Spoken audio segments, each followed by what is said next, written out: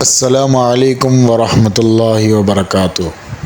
امید ہے تمام دوست احباب خیر و عافیت سے ہوں گے۔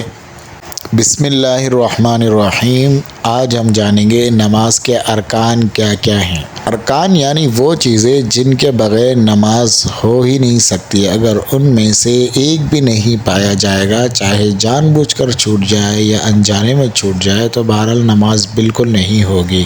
تو ان ارکان کی تعداد کتنی ہے، وہ کتنے ہیں جن سے نماز مل کر بنی ہے، اور وہ اس نے فرائض بھی کہتے ہیں۔ تو ارکان کی تعداد نماز میں 6 چیزیں فرائض اور ارکان ہیں۔ تو سب سے پہلے نمبر پر جب ہم نماز شروع کرتے ہیں تو اس میں سب سے پہلا رکن، سب سے پہلا فرض کیا ہوتا ہے؟ تکبیر تحریمہ۔ تکبیر تحریمہ یعنی اللہ اکبر کہہ کے نماز شروع کرنا، یہ بہت ضروری ہے۔ بہت سے احباب ایسے ہوتے ہیں جو اس میں کوتاہی کرتے ہیں، بس ہاتھ اٹھا کر بال لیتے ہیں، اللہ اکبر کہنا بھول جاتے ہیں یا اس کا اہتمام نہیں کرتے۔ تو یاد رکھیے، تکبیر تحریمہ یعنی اللہ اکبر کہہ کے نماز شروع کرنا، یہ اس کے رکن میں سے ہے۔ اگر یہ چھوٹ جائے گا تو اس سے نماز ادا نہیں ہوگی۔ بہت سارے احباب ایسے بھی ہوتے ہیں جو صرف ہاتھ اٹھاتے ہیں، تو یاد رکھیے کہ ہاتھ اٹھانا کانوں تک یہ سنت ہے۔ اگر خدا نہ خواستہ کوئی ہاتھ اٹھانا بھول جائے تو بہرحال سنت چھوٹ جائے گی، نماز بہرحال ہو جائے گی، لیکن اللہ اکبر زبان سے کہنا یہ فرض ہے اور نماز کا رکن ہے۔ اگر اسے چھوڑ دیا تو نماز ادا نہیں ہوگی۔ اسی طرح بہت سارے احباب اس میں بھی کوتاہی کرتے ہیں، جیسے نماز جنازہ ہوتی ہے تو نماز جنازہ پڑھتے ہوئے امام اللہ اکبر کہتا ہے تو پیچھے والے جو مقتدی ہوتے ہیں وہ خاموش کھڑے رہتے ہیں۔ تو یاد رکھیے کہ وہاں بھی اللہ اکبر کہنا، اپنی زبان سے کہنا یہ لازمی ہے، تو وہاں بھی کہنا، اور وہاں بھی فرض ہوتا ہے۔ تو بہت سارے احباب جب نہیں کہتے تو ان کی نماز نہیں ہوتی۔ امام تو اپنی نماز پڑھ رہا ہے، وہ پڑھا رہا ہے، تو پیچھے والوں کی نماز فرض چھوٹنے کی وجہ سے رہ جائے گی۔ تو اس کا بھی اہتمام کرنا ہے، وہاں بھی اس کا اہتمام کرنا، اور عام نمازوں میں بھی اللہ اکبر کہنا ہے۔ اس کے بعد ہے قیام کرنا۔ قیام کا معنی کیا؟ قیام یعنی کھڑا ہونا۔ آدمی کھڑے ہونے پر قادر ہو، یعنی وہ کھڑا ہو سکتا ہو، تو بغیر کھڑے ہوئے نماز صحیح نہیں ہوتی۔ فرض اور واجب نمازوں میں قیام یعنی کھڑا ہونا فرض ہے۔ اگر کوئی بلا عذر، کوئی مجبوری نہیں ہے، کوئی بیماری نہیں ہے، بغیر کسی مجبوری کے بیٹھ کر نماز پڑھ لیتا ہے یا کرسی پہ نماز پڑھ لیتا ہے، تو اس سے اس کی نماز درست نہیں ہوگی، نماز ہوگی ہی نہیں۔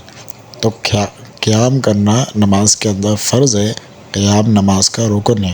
اس کے بعد اگلا رکن نماز کے اندر قرات کرنا، تلاوت کرنا۔ کتنی تلاوت کرنا فرض ہے؟ قرآن مجید کی ایک چھوٹی سورت یا 3 آیتیں یا ایک بڑی آیت قرات کرنا۔ مطلب جیسے ہی ہم سورہ فاتحہ پڑھتے ہیں تو یا یہ تو پوری صورت پڑھ لے، تو کتنے قرات کرنا نماز کے درست ہونے کے لیے فرض ہے؟ کیا کوئی بھی ایک آیت پڑھ دے یا تھوڑا سا پڑھ دے، کتنا پڑھنے سے فرضیت کی ادائیگی ہو جائے گی؟ تو اس حوالے سے یاد رکھیے، کوئی بھی چھوٹی سی صورت پڑھنا، کوئی چھوٹی صورت پڑھ لی تو فرض ادا ہو گیا، یا چھوٹی آیتیں پڑھ رہے ہیں، آیتیں چھوٹی، جیسے قرآن مجید میں بہت چھوٹی آیت بھی ہے۔ اب ایک تو ایسا بھی والضحیٰ ایک آیت ہو گئی، الرحمن علم القرآن خلق الانسان، یہ چھوٹی چھوٹی آیت ہے۔ تو اس حوالے سے اگر چھوٹی آیت ہے تو کم از کم 3 پڑھی جائے گی، 3 فرض ہے۔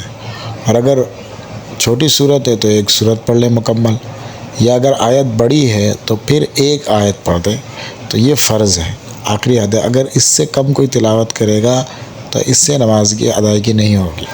اسی طرح فرض نماز کے اندر جیسے ہم قرات کرتے ہیں تو فرض نماز میں پہلی دونوں رکعتوں میں قرات ہوتی، بعد کی دونوں رکعتوں میں قرات نہیں ہوتی۔ البتہ اگر جب ہم سنتیں پڑھتے ہیں تو سنتوں کی چاروں رکعتوں کے اندر قرات کرنا لازم ہوتا ہے، تو قرات کرنا پڑتا ہے۔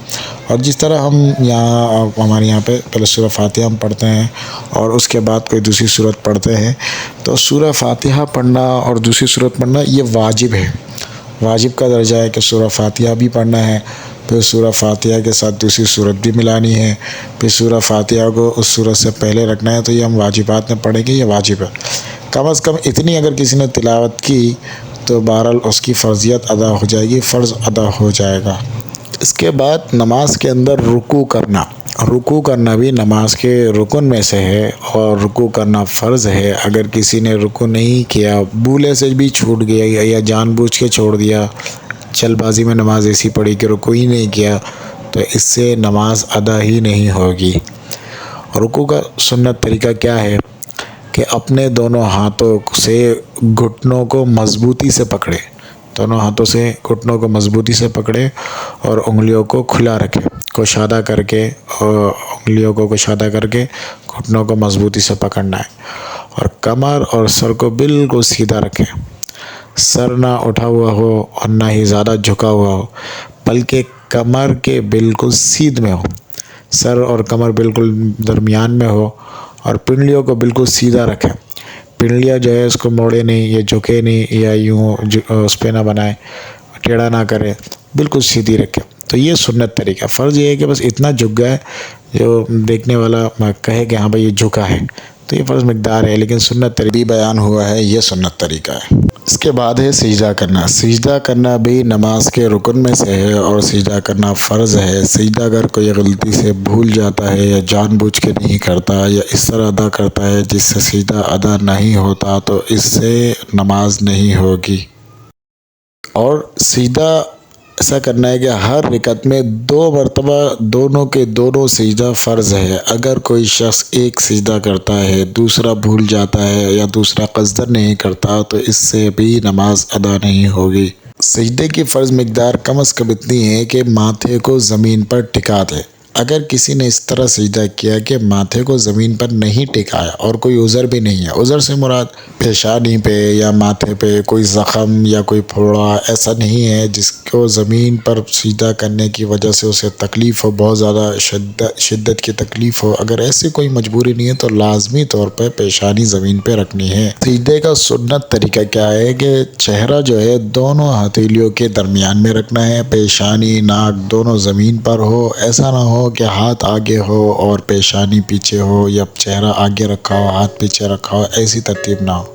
اسی طرح سجدہ جو ہے وہ کشادہ کرنا ہے۔ مرد حضرات کے لیے سجدے جو کونیاں ہیں وہ اس کے پہلو سے جدا ہو، اتنے جدا ہو، رسول اللہ صلی اللہ علیہ وسلم کے بارے میں آتا ہے اس طرح کشادہ سجدہ کیا کرتے تھے کہ اگر بکری کا بچہ گزرنا چاہتا تو گزر سکتا تھا۔ اسی طرح پیروں کی جو انگلیاں ہیں اسے اس طرح موڑنا ہے قبلے کی جانب۔ ہم اس طرح سجدہ کریں گے، ہاتھ رکھا، چہرہ رکھا، اور پیروں کی انگلیاں اس طرح مڑی ہوئی ہو کہ قبلے کی جانب اس کا رخ ہو۔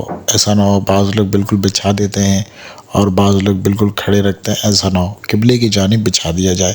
اور عورتوں کا حکم یہ ہے کہ عورتیں بالکل سمٹ کر زمین سے لگ کے سجدہ کریں گی۔ رکوع کے حوالے سے بھی ان کا یہی ہے کہ رکوع میں بھی سمٹ کر، عورتوں کے لیے چونکہ سطر کا معاملہ ہے تو جتنا زیادہ سمٹ کر پڑیں گے اس میں سطر کا زیادہ اہتمام ہوگا، جبکہ مردوں کو اس کے برعکس کشادہ کرنے کا حکم ہے۔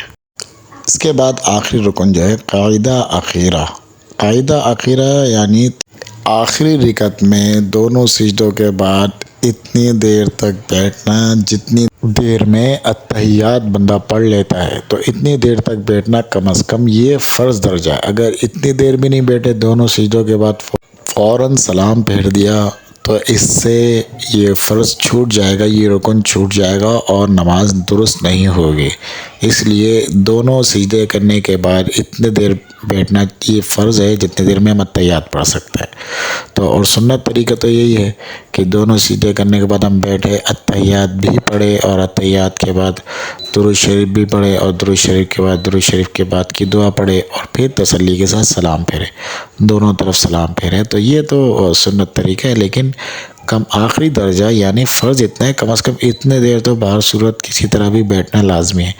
جیسے عام طور پہ بہت ساری جگہوں میں جہاں تراویح میں بہت زیادہ جلدی پڑھتے ہیں، سورہ تراویح ہوتا ہے بہت زیادہ جلدی پڑھتے ہیں، تو وہاں پہ کیا ہوتا ہے کہ وہ فٹافٹ 2 سجدے جلدی کیے اور بیٹھتے ہیں، اور بیٹھ کے فوراً سلام پھیر دیتے ہیں۔ تو اگر وہ اتحیات کی مقدار سے بھی کم بیٹھے تھے تو پھر تو سمجھے کہ رکن چھوٹ گیا، فرض چھوٹ گیا، تو اس سے تو ان کی نماز ہوئی نہیں۔ اور اگر وہ کم از کم اتحیات جتنے دیر میں پڑھی جا سکتی ہے اتنی دیر تک بیٹھے تھے، اس کے بعد انہوں نے سلام پھیرا تھا، تو پھر اس صورت میں بہرحال فرضیت ادا ہو جائے گی۔ اور دوسری بات یہ ہے کہ ایک تو اتنا دیر بیٹھنا یہ فرض درجہ ہے، اور اتحیات پڑھنا یہ واجبات میں سے ہے۔ انشاءاللہ ہم آئندہ درس میں بتائیں گے کہ اتحیات اور کون کون سی چیزیں واجب اور فرض میں تھوڑا سا فرق جان لیں۔ جو فرض ہوتا ہے وہ اگر کسی طرح بھی چھوٹ جائے، جان بوجھ کے چھوٹ گیا یا غلطی سے چھوٹ گیا، بھولے سے چھوٹ گیا، رہ جاتا، کبھی انسان ہے آگے پیچھے ہو جاتا، بھول جاتا انسان، تو اگر فرض چھوٹا ہے تو پھر تو نماز ہوگی ہی نہیں، نماز پوری لوٹانی پڑے گی۔ اور اگر واجب انسان کا رہ جاتا ہے، واجب چھوٹ جاتا ہے، واجب میں کوئی کمی رہ جاتی ہے، تو پھر وہ سجدہ سہو اگر کر لے تو پھر نماز ادا ہو جاتی ہے۔ انشاءاللہ آئندہ ہم بیان کریں گے کہ واجبات نماز میں کیا کیا چیزیں۔ اگر آپ کو یہ ویڈیو اچھی لگی تو کمنٹس کر کے ضرور بتائیے گا۔ ویڈیو کو لائک، شیئر اور چینل کو سبسکرائب کیجیے۔